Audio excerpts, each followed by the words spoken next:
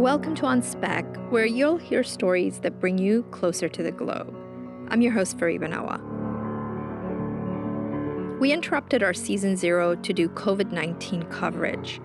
On Spec will show how people across the continent struggling with the pandemic are having shared experiences, and what those experiences mean in the way that we think of our relationship to others.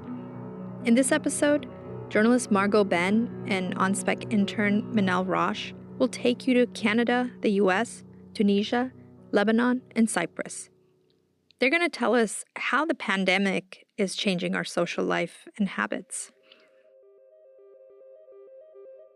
What a strange thing to wrap our heads around. That one illness is essentially affecting all 7-odd billion of us on the planet.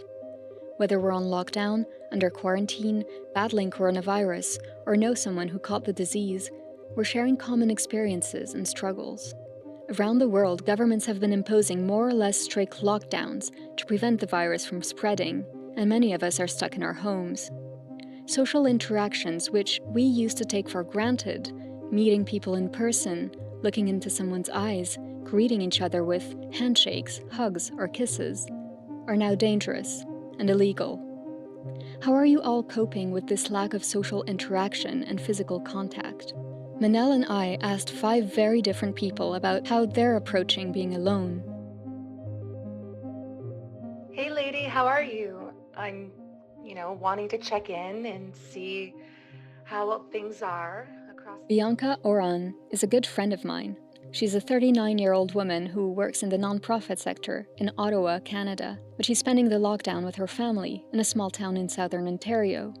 We basically go back and forth between my mom's house and my sister's house, and we do that because all of us have been in isolation together. So Canada is similar to a lot of the other countries where we're all physical, social distancing, work is closed, and everyone's working remotely. So we're all in this together. Bianca recently lost her father, so spending all this unexpected time together is actually proving to be very meaningful for her and her family. I'm spending a lot of time with my sister's boys. It's been really great. One is 7 years old, one is turning 12 in May, and one is just turned 13.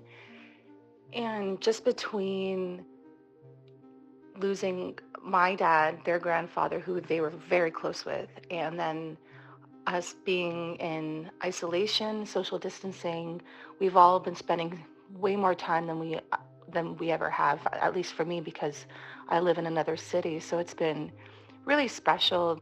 One of them will stay the night at my mom's and keep us company, and they kind of switch off every night, and it's really sweet. They like being here. Is it good now? Almost. I'll do it now for a minute. Do you like cinnamon? Yeah. Okay, we're gonna put cinnamon in it too. Where's cinnamon? It's above here, so you're With my 7-year-old nephew, he and I, we made breakfast this morning, and he seems to be getting even more attached to me. With the older ones, we have different conversations about what's going on, what do they think about what's going on, and because my father passed away not even 3 weeks ago, we talk about my dad a lot, and they will say things that they miss about him, and then we'll share some stories. And I can see that it's really special for my mom to hear them say these little stories out of nowhere every now and then. But Bianca's also a very social person. She's outgoing and fun and cares deeply about her friends. Like millions of other people around the globe these past weeks, she downloaded the House Party app, which allows groups of friends to gather in virtual party rooms where they play games and quizzes while video chatting. Hi guys! Cheers! It's pretty crazy. Yeah, picture. Bianca's been using the app regularly with different groups of friends. When my friends and I got together last night, there was our group of Friday night crew, mix of guys and girls, and we usually would be together every single Friday night because my friend owns a dojo. So the boys do jiu-jitsu, they teach their classes, and then my girlfriend Saul and I, we go after and we do kickboxing, and then we all go back to Saul and her husband Dwayne's house for drinks. And it's really fun. We always sit around the table, have drinks, and joke nonstop and laugh and tell stories. And when it's nice out, they have a massive backyard, so we have a bonfire and invite the neighbors. It's really fun, and I think we're all missing that connection. So last night was the first time I've seen a lot of that group since the social distancing was enacted here in Ontario and in Canada. So that was really nice to see their faces. Off-road rally track? But no, you need to tell them what was the last thing. Across the Atlantic, in Lebanon, Haytham also uses social media to keep in touch with his loved ones, from an apartment in central Beirut where he lives with his wife and 11-year-old daughter. Haytham's also 39. He's Lebanese and works as a civil engineer. Here's a voice note he sent us via WhatsApp. Definitely, there is a difference between seeing someone as there is affection. You can read people better. Untold cues that can be done in a usual conversation. However, I don't think this condition has changed a lot of our current socializing status. We've been living in something like that for a while without really realizing, as our busy lives doesn't allow that much for lots of interaction. However, it has been online mainly. I have lots of friends who live abroad, very little friends who live in Lebanon, and we interact and we have been interacting over social media platforms mainly. So it hasn't been that much different, quarantine or no quarantine. And this has practically increased, and we interact a bit more, talking more, sending jokes, sending videos, sending information, updating ourselves about what's happening about the virus, updating regarding the escalating numbers, measures, the vaccination. We try to interact with material that helps us maybe try to have control over the situation and try to distract ourselves from actually staying at home and not being at work. Now, I don't know about you guys, but I completely relate to what Haytham brought up. I'm French and Canadian, but for more than a decade I've been living abroad, more recently between Afghanistan, where I'm based as a journalist, and Cyprus, where I used to work and where my partner still lives. And I often find that I don't keep in touch with my faraway friends as often as I'd like. It's not that I don't mean to. I think of my friends and family all the time. The heated debates in Parisian cafes, dancing in bars, and picnicking in public parks. Hanging out in the cobbled streets of Toulouse with my high school crew.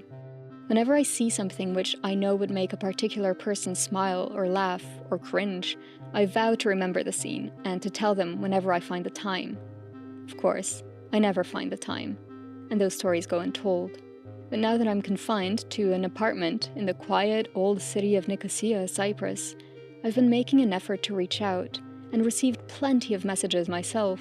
In fact, friends seem to be organizing more Skype parties than they would normally have in person. To betray isolation, many of us are being more social than ever, albeit virtually. Back on the American continent, in San Francisco, California, we meet Scott, a retired English teacher. Hello, hi. Hi, Menel. How are you? I'm good, and you? I'm doing as well as can be expected during this lockdown. So, my first question is, how are you socializing during the quarantine? Well, I'm socializing like I think a lot of people are, doing that virtually with my friends who live all throughout the country. So we get in touch every week, every Friday, and we do a virtual happy hour. And during that time, we check in with each other, talk about how the week is going, have a few drinks, sometimes share some photos of past memories together, which is fun. And also, because we're doing that virtually, I have the opportunity to wear whatever I want to. So last Friday, I just had sunglasses and no shirt, and I pretended I was at the beach. I am Menel, an intern with On Spec, and like my friend Scott, I'm spending the quarantine period in San Francisco, where I normally study. A few days ago, Scott and I were chatting, and he mentioned something that made my heart melt. His best friend has a 3-year-old daughter named Ellie, and she adores Scott. She calls him Uncle, and it's hard for her, as it is for most children, to understand why she can't see her friend anymore. So with the help of her mom, she recorded this for him. Hi, Scott. I hope you're feeling good. So Scott found a creative way to connect with her. He sang a song called Smile, something we could all do with in these challenging times. This song is for Ellie.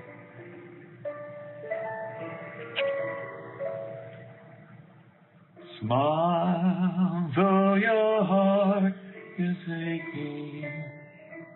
Smile, even though it's breaking.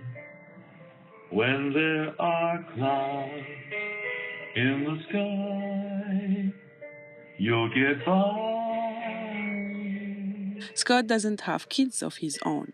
He's single and says he enjoyed dating until the lockdown. Obviously, that's not possible anymore. Or is it? Well, I ignored it for a while for the first week or so, just because it didn't make much sense since we can't meet. And then I read about an idea. People are meeting for first dates on FaceTime or Skype or something like that. And so I tried it once with someone who actually lives in San Francisco, and we talked for about 30 minutes, and then we hung up.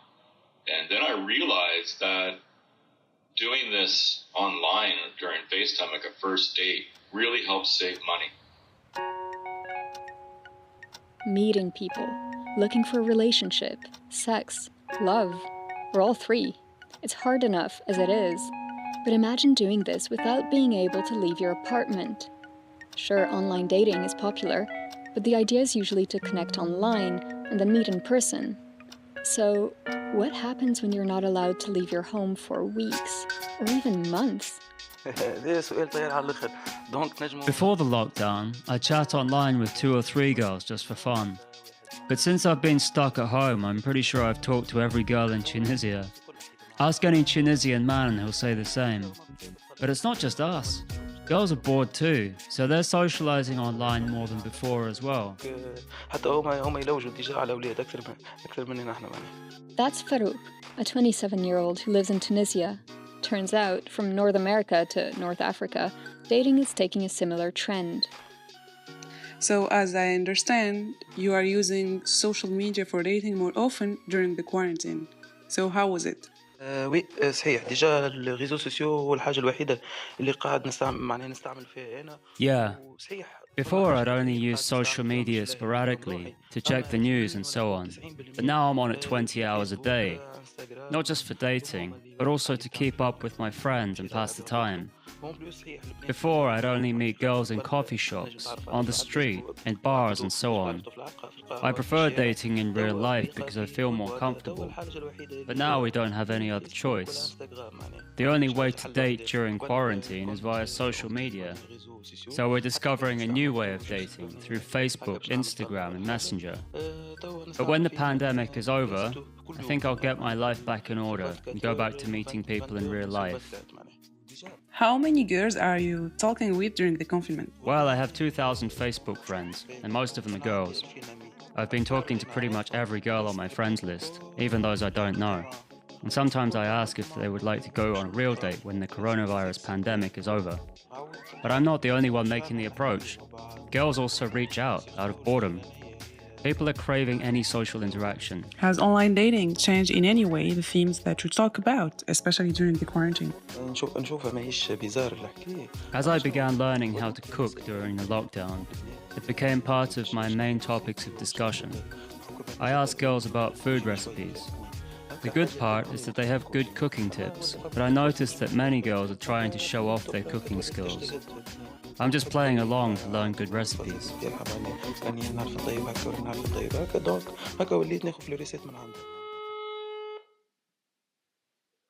Hello? Hi, Angelica. How are you? Is that you? Angelica is a 79-year-old lady living in Cyprus. She's originally from Argentina, a former ballet dancer who flew to Europe as a teenager to take classes with Maurice Béjart, a famous choreographer. She's lived all over, performed across the Middle East, and has crazy stories from her travels in Syria, Iraq, Egypt, and Jordan. Now she's a widow and lives with her 2 cats in a little apartment on a quiet street. But she hasn't lost her incredible energy. She's hilarious. She has Parkinson's disease, but still dances, does yoga, Pilates, and whenever we meet up, we drink gin and tonic and laugh and discuss life in general. One of her favorite pastimes is making sexual innuendos to her neighbor, a young French guy, and nosily commenting on what time he comes home in the evening or how often he orders takeout. I checked in with her to see how she was dealing with the lack of social interaction.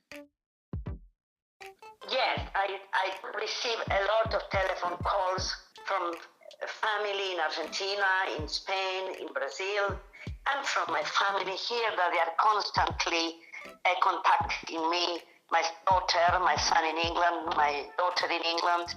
Usually they call me on the messenger with a video or WhatsApp with a video. So I am quite busy during the day with these conversations and this. Even at my young age,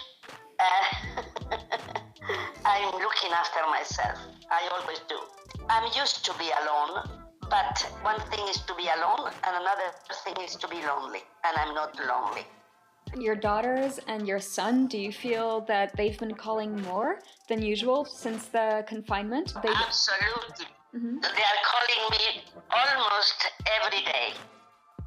I just was talking with my daughter, Sus Natasha, in Oxford, and we were playing a game, how to write the names of countries with the letter of your name. And it was quite entertaining. You're really lucky, actually. I think I'm very fortunate to have such a fantastic family, because my 3 kids are amazing. Not only because I brought them to be amazing, but they're showing me their appreciation, the love they feel for me, and that's very good and very uplifting. So psychologically, I feel quite okay. Yeah, and it was your birthday recently. The party that I was going to give, it was cancelled, of course. So what did you do for your birthday? I just enjoyed my day the best way I could. I received many messages, and actually at 2 o'clock in the morning, Margaux, I have to cut off the electricity of my telephone, because these Argentinian people, they don't understand that we have 6 hours difference. So when it's 8 o'clock in Buenos Aires, they were calling me, and it was 2 o'clock here. So I have a very busy day. Did you have some gin and tonic? I cooked my lovely lunch.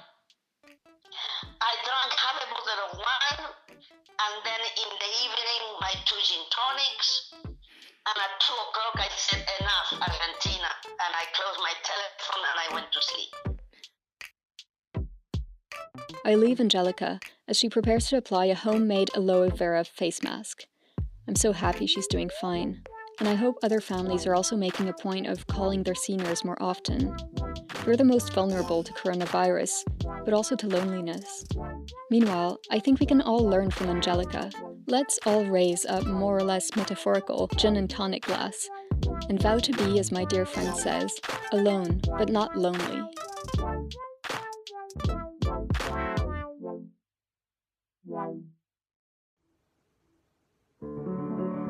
Thanks, Margaux and Menel, for such an engaging and heartfelt, funny story. God knows we all need to laugh more these days. This story was edited by me, produced by Oscar Duran, voiceover by Paul Raymond. Thanks for listening as we take you around the world with our journalists working hard to produce stories that bring you closer to the globe. If you have a local story that shows our shared experiences of the pandemic, maybe you'd like to write for our Reporter's Notebook blog. We welcome your feedback on our social media and/or email at onspecpodcast@gmail.com. Stay healthy and sane. Till next time.